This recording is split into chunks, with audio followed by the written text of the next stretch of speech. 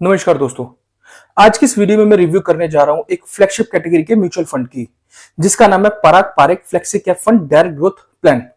देखिए दोस्तों, जिस टाइम पर इंडियन स्टॉक मार्केट इतना ज्यादा करेक्शन दे चुका है, mid cap shares, small cap mutual funds, वही निफ्टी या बैंक निफ्टी, हर जगह एक अच्छी खासा करेक्शन हो चुका है, गिरावट आ चुकी है। वही मैं बात करूं अगर इस म्यूचुअल फंड की, तो ये म्यूचुअल फंड लास्ट के एक महीने में केवल और केवल 0.66% ही डाउन गया है। वहीं अगर मैं बात करूं 6 मंथ्स की, तो 6 मंथ्स में ये गया है केवल 0.18%।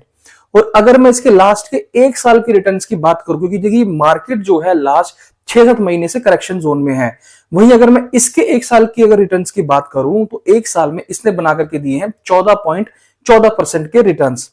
देखिए दोस्तों, आज के इस वीडियो में हम डिटेल में ये समझेंगे कि क्या आने वाले टाइम में या फिर इस करेक्शन के दौर में आप लोगों को इस फंड के अंदर एक नई इन्वेस्टमेंट शुरू करनी चाहिए या फिर आप लोगों को इसे अभी इस टाइम के लिए अवॉइड करना चाहिए।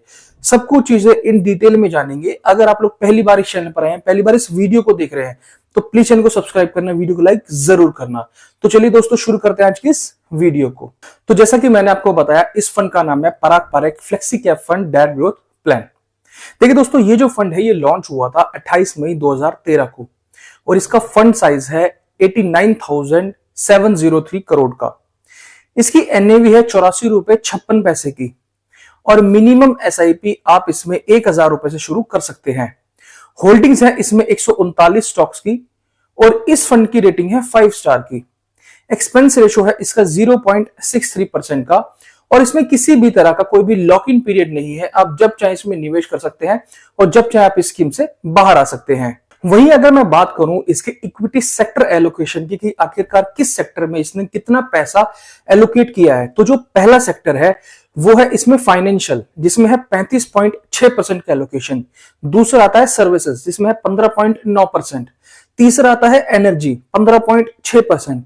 फिर आता है ऑटोमोबाइल सेक्टर 10.9%, टेक्नोलॉजी 10.7%, कंज्यूमर 6.5%, और बाकी अदर सेक्टर जो भी बच गए हैं उसमें है 4.6% का इसका एलोकेशन। तो आपने यहां पर देखा होगा कि ये किसी भी एक पर्टिकुलर सेक्टर पर ज्यादा डिपेंडेंट नहीं है। ये फंड इसने काफी ज्यादा सेक्टर्स में अपने पैसे को एलोकेट किया हुआ है। वहीं दोस्तों, अगर मैं इसके बेंचमार्क के साथ इस फंड को कंपेयर करके देखूं, तो आप इस चार्ट में क्लियरली देख सकते हैं कि इसका जो बेंचमार्क है वो है निफ्टी 500 टोटल रिटर्न इंडेक्स, जिसे ये फॉलो करता है। और इसने अपने बेंचमार्क को बहुत ही अच्छी तरह से पास्ट में बीट किया है। और वहीं अगर मैं बात करूं इसके पास्ट के हिस्टोरिकल्स रिटर्न की, तो अगर मैं एनुअलाइज रिटर्न्स की बात करूं, तो एक साल में इसने अपने निवेशकों को बना करके दिए हैं 13.39% के रिटर्न्स। 2 साल में इसने बनाए हैं 27.90% के रिटर्न्स। 3 साल में इसने बनाए हैं 20.77% के रिटर्न्स। 5 साल में इसने बनाए हैं 24.22% के रिटर्न्स। 10 साल में इसने बनाए हैं 18.05% के रिटर्न। और जब से ये फंड लॉन्च हुआ है तब से लेके अभी तक इसने बनाए हैं 19.98% के रिटर्न्स। तो आपने यहां पर एक चीज नोट की होगी कि ये जो है काफी कंसिस्टेंट जो है परफॉर्मर रहा है, और काफी कंसिस्टेंट ये जो है रिटर्न बना करके दे रहा है। ऐसा नहीं है कि ये आपको 25 से 30% के रिटर्न बना करके दे रहा है, क्योंकि जितना एक आम निवेशक, एक इन्वेस्टर लॉन्ग टर्म में एक एक्सपेक्ट करता है किसी भी म्यूचुअल फंड से, एटलीस्ट ये उससे ज्यादा रिटर्न्स अपने निवेशकों को तो बना करके दे ही रहा है। चलिए दोस्तों, अब हम लोग बात कर लेते हैं इसके रिस्क रेशो के बारे में, कि आखिरकार ये फंड कितना क्या रिस्क लेता है, कितना क्या अल्फा जनरेट करता है, जिससे कि आप लोगों को ये अंदाजा मिलेगा कि आखिरकार ये फंड किस तरह का है। देखिए दोस्तों, अगर मैं बात करूं इसके अल्फा की, तो इसका जो अल्फा है वो है 4.77 का। वहीं इसका जो कैटेगरी एवरेज है वो है 0.36, मतलब इसके कैटेगरी एवरेज से इसका अल्फा काफी ज्यादा है। देखिए दोस्तों, अल्फा बेसिकली हमें ये बताता है कि कोई पर्टिकुलर फंड आपको कितने ज्यादा रिटर्न बना करके दे रहा है अपने कैटेगरी एवरेज से। तो ये काफी अच्छे रिटर्न अपने निवेशकों को बना करके दे रहा है। वहीं अगर मैं बात करूं उसके शार्प रेशो की, तो इस फंड का जो शार्प रेशो है वो है 0.85 का। वहीं इसका जो कैटेगरी एवरेज है वो है 0.52। देखिए दोस्तों, इस शार्प रेशो में बताता है कि कोई पर्टिकुलर फंड आपको कितना रिस्क एडजस्टेड रिटर्न बना करके दे रहा है, और यहां पर इसका शार्प रेशो काफी ज्यादा है, जो कि काफी अच्छा माना जाता है किसी भी फंड के लिए। और अगर मैं बात करूं बीटा की, तो इसका जो बीटा है वो है 0.71। वहीं कैटेगरी का जो एवरेज है वो है 92। देखिए दोस्तों, यहां पर जो है अपनी कैटेगरी से कम इसका बीटा है, जो कि हमें ये बताता है कि आखिरकार ये फंड कितना वॉलेटाइल है, मतलब कि अपने जो कैटेगरी एवरेज है उनसे ये कम वॉलेटाइल है। तो ये भी इसके लिए काफी पॉजिटिव अच्छी चीज मानी जाती है। चलिए दोस्तों, फाइनली अब हम लोग बात कर लेते हैं कि आखिरकार किस तरह के निवेशकों को इसके अंदर निवेश करना चाहिए और किस तरह के निवेशकों को इसे अवॉइड करना चाहिए। देखिए दोस्तों, सबसे पहले अगर मैं आपको एक बात बताऊं तो ये जो फंड है ये मेरे पर्सनल पोर्टफोलियो में भी इंक्लूड है, और ये आज की डेट में एक ऐसा एक लौता फंड है जो कि मुझे अभी तक भी 8 से 9% के रिटर्न्स बना करके दे रहा है। इसके अलावा बाकी जितने भी फंड्स मेरे पास हैं इस टाइम पर, वो ऑलमोस्ट सभी के सभी नेगेटिव में जा चुके हैं। ये इतनी गिरावट के बाद भी जो है 8 से 9% के रिटर्न बना करके दे रहा है, जिसकी वजह से मेरा जो ओवरऑल पोर्टफोलियो है वो ज्यादा हद तक नीचे नहीं गया है।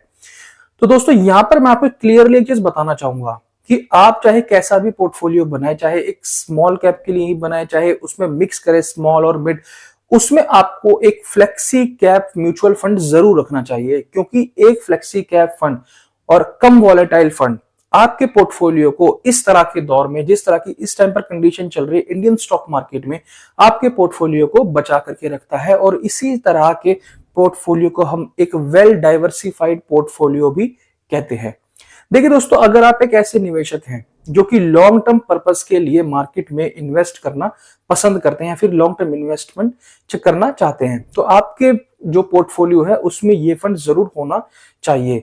देखिए, इसका AUM मैं मानता हूं कि काफी ज्यादा है, बट एक AUM ज्यादा होने से आप ये भी समझ सकते हैं कि कितने लोगों का भरोसा इस फंड के ऊपर बना हुआ है, और जब जब ये प्रूफ करने का टाइम आया है इस फंड ने प्रूव किया है।